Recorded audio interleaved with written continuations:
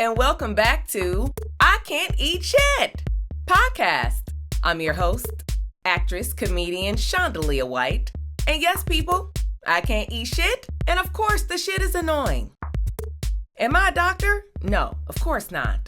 I'm just a woman. When you take her out to eat, she can't eat anything on the menu 90% of the time. So if you're like me and you can't eat shit, this podcast is for you. If you're getting a little bit older and your gut is like, yeah, you can't eat shit either, but you keep on doing it, this podcast is for you too. And if you're just interested in me and my health and wellness journey and want to be a little bit nosy, I love it because you're a real supporter. This podcast is for you too, so stay tuned. I started I Can't Eat Shit podcast because I was secretly ill for many years. I learned a lot, and now I'm healed and I'm ready to talk about it. This episode is a continuation of your fibroids, tumors, and your diet with herbs. So let's get into it. This is part 2 of my fibroids, tumors, and your diet episode, which is episode 9. Per your request of wanting me to elaborate a little bit more on my journey with these fibroids, tumors, and my diet. And I thought about how I wanted to approach this episode. And what I'll do is talk about my pre-op, my operation, my post-op, and how I used Eastern medicine to assist in my healing journey and how I maintain my healthy and healed lifestyle now. If you haven't seen episode 9, I would suggest you go check it out, either before or after this episode. It's fine if you watch it after. It's no worries.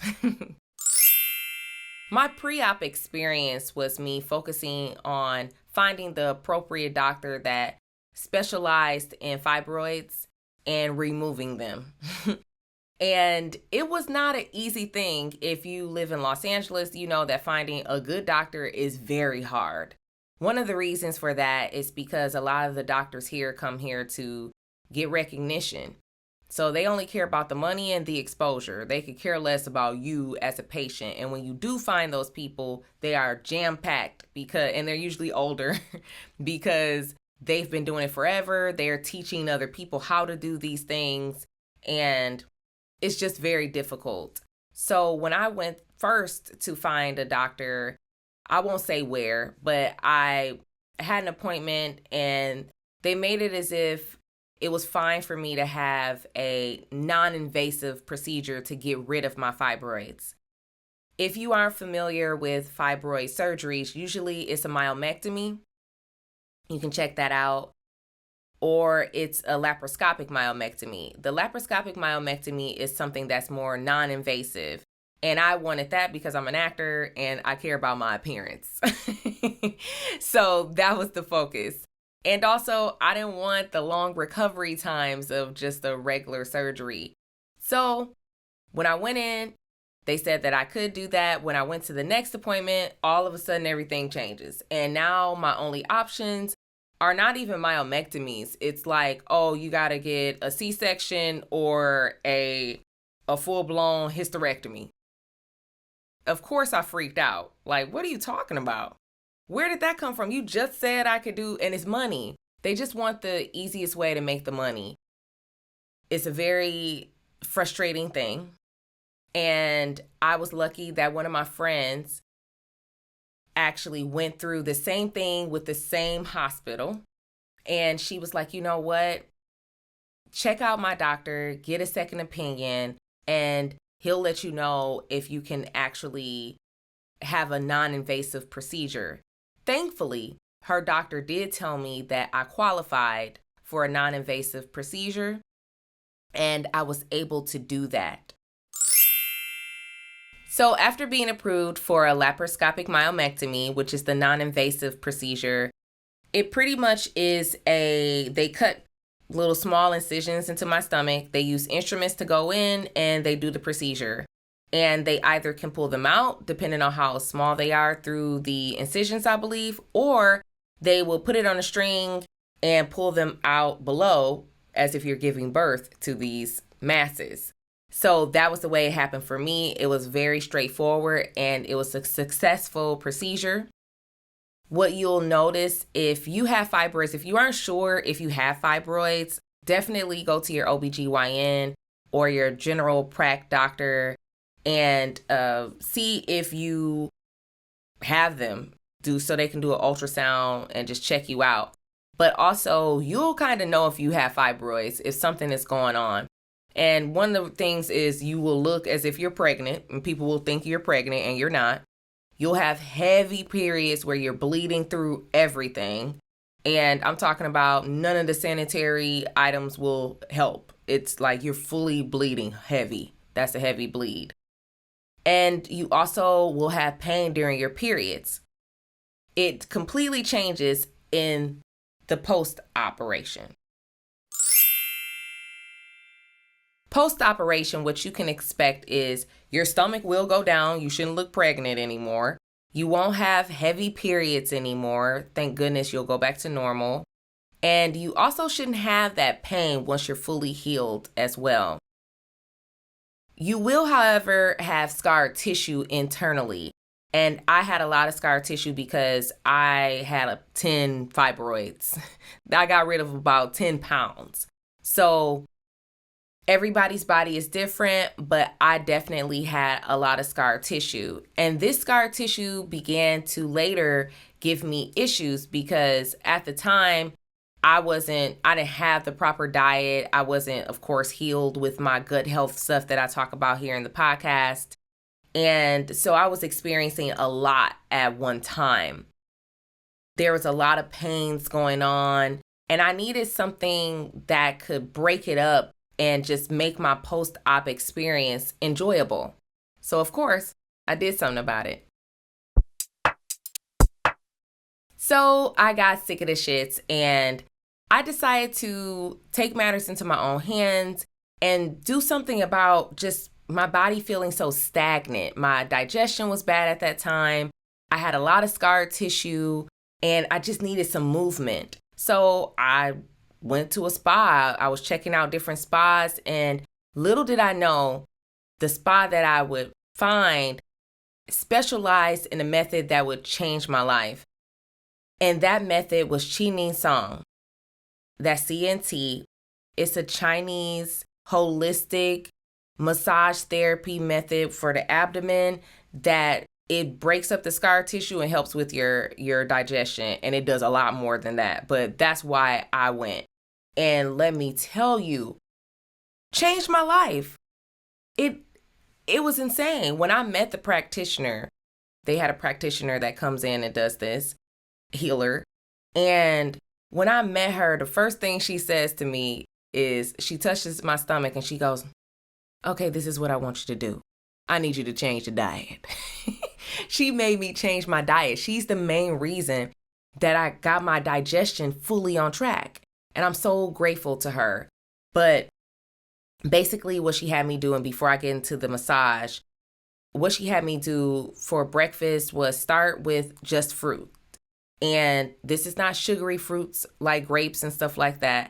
It was like blueberries, strawberries, kiwi, stuff, those types of fruits that would help me digest food from the night before or maybe a couple days before because of the enzymes that are in it. It's like natural enzymes. Maybe 30 minutes to an hour later, have a protein-enriched breakfast. Now, that protein-enriched breakfast may include something like eggs, maybe chicken, and water-based vegetables like zucchini or something along those lines. Then for lunch, if I have a protein, I would do that with a water-based vegetable and no starch. And then for dinner, I would do the same thing. Or if I want to flip it and have a starch, then I would just eat that with veggies, those water-based veggies. And it's important about the water-based veggies, especially when you're dealing with digestion issues, because it really helped me push and get a nice flow into my digestion to help everything pass through and continue healing. So I'm so grateful to her for putting me on a plan and introducing me to this simple method of changing my diet. The Nei Tsang massage is It's not a like, ooh, it feels so good massage. It's intense. And it can be very, very painful, but it works. And it broke up all of that scar tissue and really helped my digestion. My scar tissue was so backed up and like clunked up that it was actually affecting and sticking to other organs and stuff like that. So I needed a lot done. And like I said, I had like 10 fibroids. So I really needed a lot done with my lower region. And it was just beautiful. If you want to know more about how my journey began and you're just now tuning in to my podcast, please go ahead and check out episode 1, how it all started. This is an intro to my healing journey and how I got into I can't eat shit. And it'll really help you understand what I'm talking about right now to this point. I've had a lot of things happen. So back to the methods. The next thing that my healer taught me is that I should have an acupuncturist. And she's been telling me this for a while, but I didn't listen, of course, because I don't be listening all the time. And it's a lot of money to just have all these different doctors. But eventually, I started having pains in my abdominal a couple weeks before my period, and they were so painful that I agreed to go and, again, changed my life. It's not just the needle stuff with acupuncture. It is actually, for me, the Chinese herbs. And it has become a normal part of my daily diet because it worked so fast. When I first started taking the Chinese herbs, it just like the pain was gone. It flipped me out. I was just like, what? And so what they do, depending on what's going on with you, it helps shrink any types of growths you have going on. It helps stop pain. And they honestly can prescribe anything. You just ask them or tell them what you got going on. I think each acupuncturist kind of specializes in different stuff, but mine specializes in what I needed, and I was good to go, and it worked. So if you are struggling, please be sure to try this stuff out. Try that new method of diet. Try out maybe the Nei Tsang. Try out the acupuncture. And if you're not really a needle person, just do the herbs, but still go to the acupuncturist to get those Chinese herbs. My body responds very well to Eastern medicine. It's something I learned a while ago with dealing with other things. So if you are having a tough time with Western medicine, or you feel like it's just not, you just don't know what else to do, try out the Eastern medicine methods and see if it works for you. And I wish you so much luck.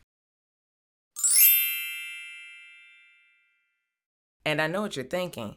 Did she actually get to see those fibroids? Yes, I did. Of course, I asked for a picture.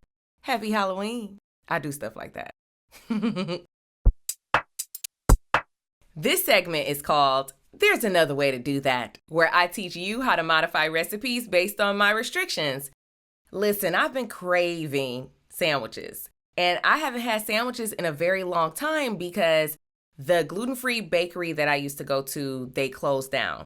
And I couldn't find an over-the-counter bread that actually was delicious and had ingredients that I could digest. But guess who found that bread? I did. So I made a baked grilled chicken sandwich with avocado this month, and it is delicious.